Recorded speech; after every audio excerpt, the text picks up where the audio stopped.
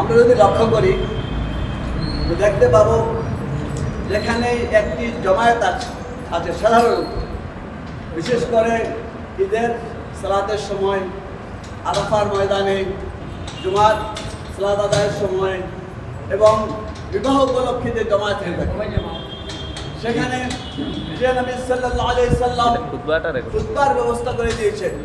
খুতবার অর্থ হলো একটা বয়ান, তাকরীর, যেখানে একজন বক্তা থাকেন এবং সামনে তার শ্রোতা থাকে। সেই খুতবাতে কি করা হয়? আল্লাহর প্রশংসা করা হয়, তাওহীদ এবং রিসালাতের সাক্ষ্য প্রদান করা হয়, নবী সাল্লাল্লাহু আলাইহি সাল্লামকে দুরূদ পাঠ করা হয়। এরপরে সমসাময়িক যে পর্বগুলো আছে, মনে করুন রমজান, হজ, উমরা, এগুলো যেগুলো আছে সে সম্পর্কে মাসলা মাসাইল বয়ান করা হয়ে থাকে, উপদেশ, আদেশ উপদেশ সেগুলো দেওয়া হয়ে থাকে। হুজুর সাল্লাল্লাহু আলাইহি সাল্লাম কোনো কাজের হুকুম দিলে এই খুতবার মাধ্যমে হুকুম দিতেন, এমনকি জিহাদের হুকুম যদি দেওয়া হতো এই খুতবার মাধ্যমে হুকুম দিতেন। তারপরে তাসাদ্দাকু বলে আহ্বান জানাতেন। তাই খুতবার যদি আমরা অর্থগুলো বুঝতে না পারি তাহলে খুতবার মূল উদ্দেশ্য ব্যাহত হয়ে যায়। তাই আমি সব কিছুই ঠিক থাকবে, তো আমাদের একটু যাতে আমরা উপকৃত হতে পারি সেজন্য আমি ওই খুতবার যে আয়াতগুলো বয়ান করতেন সেগুলো আমি তর্জমা আপনাদের সম্মুখে তুলে ধরার চেষ্টা করব। আশা করি আপনারা আমার সহযোগিতা করবেন। তাহলে আমরা এখন মূল খুতবার শুরু করি। الحمد لله نحمده ونستعينه ونستغفره ونعوذ بالله من شرور أنفسنا ومن سيئات أعمالنا، من يهده الله فلا مضل له ومن يضلله فلا هادي له، وأشهد أن لا إله إلا الله وحده لا شريك له، وأشهد أن محمدا عبده ورسوله، اللهم صل على محمد وعلى آل محمد وسلم. أما بعد، وقال الله تعالى في كتابه المجيد: أعوذ بالله من الشيطان الرجيم، بسم الله الرحمن الرحيم. يا أيها الناس اتقوا ربكم الذي خلقكم من نفس واحدة وخلق منها زوجها وبث منهما رجالا كثيرا ونساء، واتقوا الله الذي تساءلون به والأرحام، إن الله كان عباده ولا تموتن إلا لكم يغفر لكم ذنوبكم، ومن يطع الله ورسوله فقد فاز فوزا عظيما. আল্লাহ তাবারাকা ওয়া তাআলা তার এই জায়গাটা পাঠ করলাম, সেখানে আল্লাহ তাআলা প্রথম বয়ান করছেন ইয়া আইয়ুহান নাস ইত্তাকু, মানব জাতিকে সম্বোধন করে বলা হচ্ছে হে মানব জাতি, ইয়া আইয়ুহান নাস ইত্তাকু বাসসা মিনহুমা রিজালান কাসীরা ওয়া নিসা, এবং এই দুজন থেকে ছড়িয়ে দিয়েছেন অসংখ্য নরনারী। এখানে লক্ষণীয় যে এখানে মানব জাতির আরম্ভ বা উৎপত্তি এক হযরত আদম আলাইহিস সালাম এবং তার বিবি হাওয়া আলাইহিস সালাম থেকে।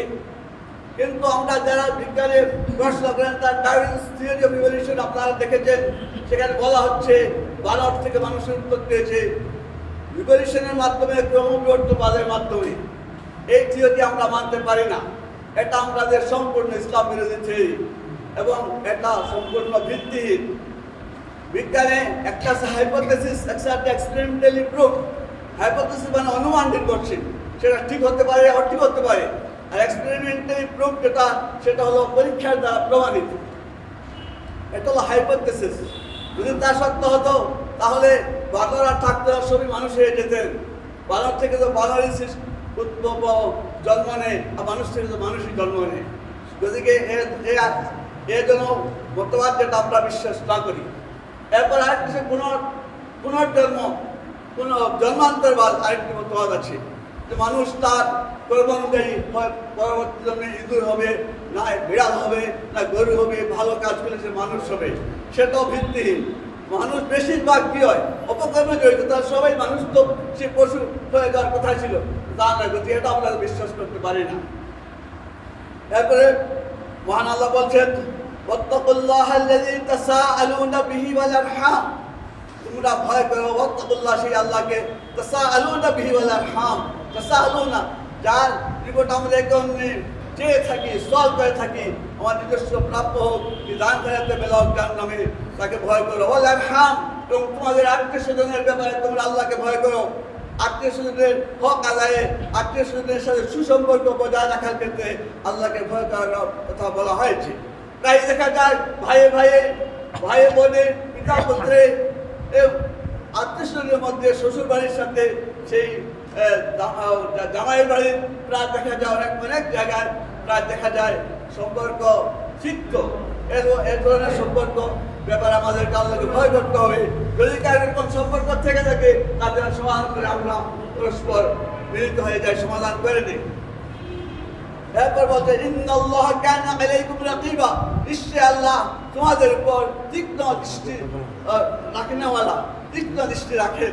আমাদের অস্কার বাহির চলাফেরা যা কিছু সব আল্লাহর ইলমের মধ্যে রয়েছে। এখন মহান আল্লাহ তাআলা মুমিন বান্দাদেরকে সম্বোধন করে বলছেন। আগে আয়াতে মানব জাতিকে সম্বোধন করে বলা হয়েছিল, এখন মুমিনদের সম্বোধন বলছেন ইয়া আইয়ুহাল্লাযীনা আমানুত্তাকুল্লাহ, হে ইমানদারগণ তোমরা আল্লাহকে ভয় করো, হাক্কা তুকাতিহি, যেভাবে তাকে ভয় করতে হয়। আল্লাহকে ভয় করি বললে হবে না, এবং ভয় আমাদের মধ্যে আনতে যে ভয়ের হোক, যে ভয়ের কারণে আমরা হাত দিয়ে কাজ করতে গুনার কাজ করবো না, ভয় করো আল্লাহকে। বাজে কাজ চলতে আমরা বিপদে যাবো না, আল্লাহকে ভয় করবো। আমরা আমাদের ডিউটি, আমাদের যে রুজি রোজগার আছে, আমাদের উপার্জন আমরা করে থাকি, সেখানে আমরা হালাল হারামের চিন্তা করবো। আমরা হারাম উপার্জন করবো না, সুদ খাবো না, ঘুষ খাবো না, আমাদের কর্মে আমরা ফাঁকি দেবো না। এটা হলো প্রকৃত আল্লাহকে ভয়। আল্লাহ বলছেন আল্লাহকে ভয় করার মতো ভয় করো, হাক্কা তুকাতিহি ওয়ালা তামুতুন্না ইল্লা ওয়া আনতুম মুসলিমুন, এবং তোমরা মুসলমান হিসেবে, মুসলিম হিসেবে মৃত্যুবরণ করো। অনেকে বলে থাকেন কলমা নসিব না হলে আর বেহেশতে যাওয়া যাবে না, সেটা কথা কিন্তু আসলে ঠিক নয়। কথা হলো একজন মানুষ যদি মনে করে আমার সামনে মৃত্যু, আমাকে ফাঁসি দেওয়া হবে, আমাকে গুলি করে মারা হবে, যত সে কামনা করতে পারবে। আর যদি তার মৃত্যুর আগে তার হুশ মানে তার মস্তিষ্ক বিকৃতি ঘটে যায়, অ্যাক্সিডেন্টে মরে যায়, হার্ট স্ট্রোক, ব্রেন স্ট্রোক হয়ে যায়, তাহলে তো কামনা করতে পারলো না, তাহলে কি সে মুসলিম হিসেবে মৃত্যুবরণ করলো না? না, সে মৃত্যু যদি সে মুসলমান থেকে থাকে তাহলে সে মুসলিম হিসেবে মৃত্যুবরণ করেছে। যদি কলমা করতে পারে সে তো ভালোই কথা। আর যদি সে জীবিত থাকা অবস্থায় নিজের ইসলাম পরিবর্তন করে সে খ্রিস্টান হয়ে যায়, নাস্তিক হয়ে যায়, তখন সেটাকে বলা হবে যে ইসলামের মৃত্যুবরণ করে। যদি মুসলমান ইসলাম হিসেবে থাকি, যে কোনো মুসলমান মৃত্যু হোক না কেন, আমরা মুসলিম হিসাবে মৃত্যুবরণ করে থাকি। এরপরে আল্লাহ বলছেন ইয়া আইয়ুহাল্লাযীনা আমানুত্তাকুল্লাহ, হে ঈমানদারগণ তোমরা আল্লাহকে ভয় করো। আল্লাহকে বারবার ভয় করার কথা বলছে। ওয়াকুলু কাওলান সাদীদান, তোমরা বলো সত্য কথা বলো। ইসলিহ লাকুম আমালাকুম ইয়াগফির লাকুম যুনুবাকুম, তাহলে কি হবে? আল্লাহ তোমাদের আমলগুলো দুরুস্ত করে দেবেন, ইসলাহ করে দেবেন। ইয়াগফির লাকুম যুনুবাকুম, এবং তোমাদের গুনাহসমূহ আল্লাহ মাফ করে দেবেন। হ্যাঁ, মিথ্যা কথা তিনটা জায়গায় বলার অনুমতি রয়েছে।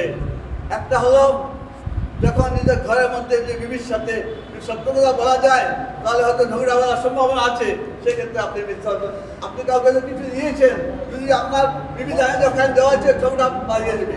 কি কোনো জিনিস আনেছেন, যদি মনে করেন দাম কম শুনলে ঝগড়া হবে, এসব ক্ষেত্রে মিথ্যা কথা বলা যায় আপনার ঘরে শান্তি বিলাপতি থাকার জন্য। 2 নম্বর হলো জিহাদের সময় শত্রুপক্ষে আপনার অবস্থান সম্পর্কে আপনার প্রশ্ন করে সেখানে মিথ্যা কথা বলা যায়। আর 3 নম্বর হলো ঝগড়া ফাসাদ মিটাবার জন্য দুই পক্ষে ঝগড়া লেগেছে, তাদেরকে মিটার জন্য আপনি দুই পক্ষকে কিছু মিথ্যা কথা বলে তাদেরকে বাধ্য করে তার সমাধান করে দেওয়ার ক্ষেত্রে। আর অন্যথায় মিথ্যা কথা আমরা বলতে পারি না। যদি আমরা সত্য কথা বলি তাহলে কি হবে? আমাদের আমালগুলো আল্লাহ দুরুস্ত করে দেবেন এবং আমাদের গুনাহসমূহ মাফ করে দেবেন। ওয়া ইউতিল্লাহু ওয়া রাসূলুহু ফাকাদ ফাযা ফাওজান আযীমা, এবং যে আনুগত্য করবে আল্লাহ এবং তার রাসূলের, ফাকাদ ফাযা, সে বিরাট সাফল্যের অধিকারী হবে। তবে আনুগত্য করবে আল্লাহ এবং আল্লাহর রাসূলের, কোনো বুজুর্গ কোনো ব্যক্তির আনুগত্য আমরা যতটুকুভাবে যতটুকু আল্লাহ রসুলের তরিকা নিয়ে ফেলবে এটা ফেলবেন আমরা করতে পারি না। এখন মাত্র 3-4টা হাদিস বলেই আমি আপনাদের কার্যক্রম শুরু করে দেবো। রাসূলুল্লাহ সাল্লাল্লাহু আলাইহি ওয়াসাল্লাম বলেছেন, আন-নিকাহু মিন সুন্নতি ফামান রাগিবা আন সুন্নতি ফালাইসা মিন্নি। আন-নিকাহু, এই নিকাহ, বিবাহটা হলো আমার সুন্নাত থেকে, আমার আদর্শ থেকে।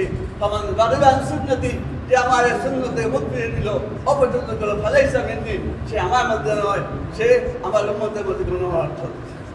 2 নম্বর একটা হাদিসে রাসূলুল্লাহ সাল্লাল্লাহু আলাইহি ওয়াসাল্লাম বলেছেন, ইয়া মা'আশারাশ শাবাব মান ইসতাতা'a মিনকুমুল বা'আতা ফালিয়াতাযাওয়াজ فإنه أغض للبصر وأحسن للفرج ومن لم يستطع فعليه بالصوم فإنه له وجاء। يا معشر الشباب, হে যুবকেরা, মান ইসতাতা'a মিনকুমুল বা'আতা, তোমাদের মধ্যে যারা জিম্মাদারি, বিবাহের জিম্মাদারি ক্ষমতা রাখো, ফালিয়াতাযাওয়াজ, উচিত সেজন্য বিবাহ করে, বিবাহে বন্ধনে আবদ্ধ হয়। ফাইন্নাহু আগাদ্দু লিলবাসার, কেননা এই বিবাহ বন্ধনের মাধ্যমে তার চক্ষুর দৃষ্টি অবনত থাকবে, ও কুদৃষ্টি যাবে না, কুদৃষ্টির হেফাজত হবে। ওয়াহসানু লিলফারজ, আর তার শরীরকে হেফাজত করবে। ওমান লাম ইয়াস্তাতি, এবং যে ক্ষমতা রাখে বিবাহের জিম্মাদারি দেয়। বিবাহের জিম্মাদারি কি হলো? জিম্মাদারি হলো তার বিবির ভরণ পোষণ দেওয়া, তার থাকবে বাসস্থান দেওয়া, এগুলো স্বামীর উপর দায়িত্ব, বিবির উপর দায়িত্ব নয়। এবং তার শারীরিক ক্ষমতা থাকতে হবে। তাহলে কি হলো? যদি মোবাইল লাগিয়ে সাথে তাতে যারা ক্ষমতা রাখে না, তাহলে বিশ্রম সে যেন রোজা রাখে, লাহু ওয়াজা, তার ব্যবস্থা আমাদের থাকবে। আরেকটি হাদিস বলছি আমি, রাসূলুল্লাহ সাল্লাল্লাহু আলাইহি ওয়াসাল্লাম বলেছেন, মান আতা লিল্লাহি, যে আল্লাহর জন্য দান করলো, ওয়া মানআ লিল্লাহি, এবং আল্লাহর জন্য বাধা প্রদান করলো, ওয়া আহাব্বা লিল্লাহি, আল্লাহর জন্য ভালোবাসলো, ওয়া আবগযা লিল্লাহি, আল্লাহর জন্য ঘৃণা করলো, ওয়া আনকাহা লিল্লাহি, নিকাহ করলো আল্লাহর জন্য, ফাকাদ ইসতাকমাল ঈমান, সে তার ঈমানকে পূর্ণ করলো। আমার ঈমান যদি পূর্ণ করতে আমাদের বিবাহ বন্ধনে আবদ্ধ হতে হবে। আশা করি আপনারা আমার যে সময় আপনারা করেছেন, আল্লাহ আপনাদের সেই কোরবানি কবুল করুন।